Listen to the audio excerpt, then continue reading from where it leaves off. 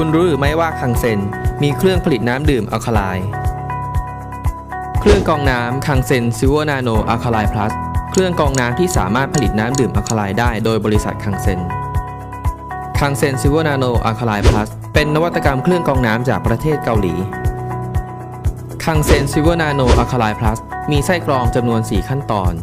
1. คังเซ็นเซดิเมนต์ฟิลเตอร์กรองสิ่งสกปรกต่างๆเช่นตะกอนหยาบโคลนตะไคร่น้ำกรวดทรายและสนิมเหล็ก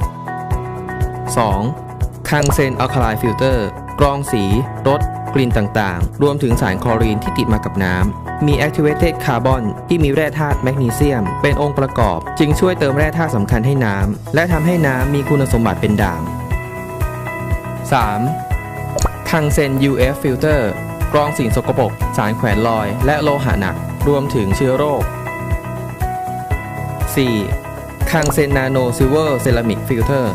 ยับยั้งการเจริญเติบโตของเชื้อโรคและแบคทีเรียต่างๆเพื่อให้ได้น้ำดื่มที่สะอาดคังเซ็นซิลเวอร์นาโนอัลคาไลน์พลัสมีเส้นทางของน้ำดื่มคุณภาพเพื่อสุขภาพของคุณตามขั้นตอนดังนี้ 1. น้ำต้นทางหรือน้ำประปาที่ท่านใช้อุปโภคบริโภคจะผ่านเข้าสู่ไส้กรองที่ 1 เพื่อกรองสิ่งสกปรกในขั้นแรกเช่นตะกอนหยาบโคลนตะไคร่น้ำทรายและสนิมเหล็ก 2. น้ำจะผ่านการกรองด้วยไส้กรองที่ 2 ที่เป็นไส้อัลคาไลน์เพื่อกรองสี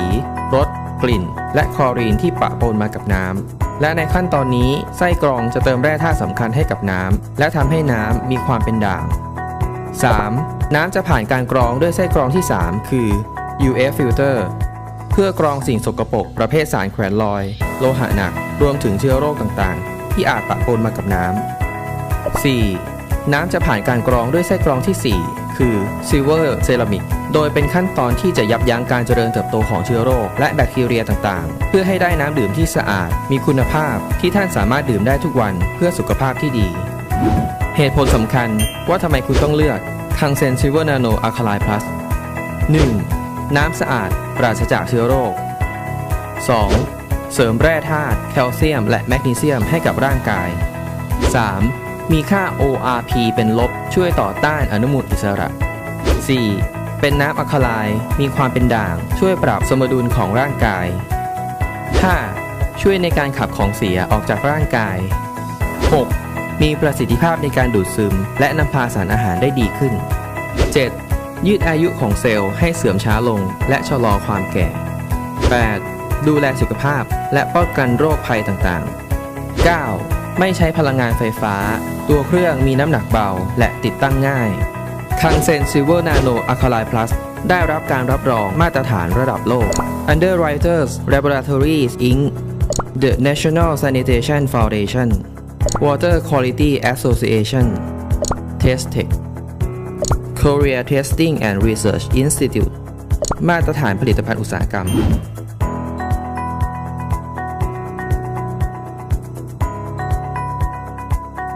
คังเซ็นซิลเวอร์นาโนอัลคาไลน์พลัสนวัตกรรมเครื่องกรองน้ำจากประเทศเกาหลีกรองน้ำสะอาดมาตรฐานสากล NSF พร้อมดื่ม